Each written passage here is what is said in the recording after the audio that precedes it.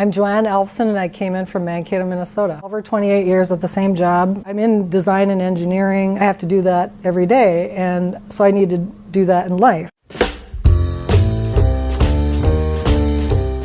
Nobody ever taught me how to do style. I'm free-spirited, I want to be genuine, I don't want to be phony, I can't stand people that are phony. I am extremely impressed. That long hair was such a drudgery and a burden that I wasn't free anymore. If people want to spend time, a lot of hours, trying to detangle high maintenance stuff, then that's for them, not for me.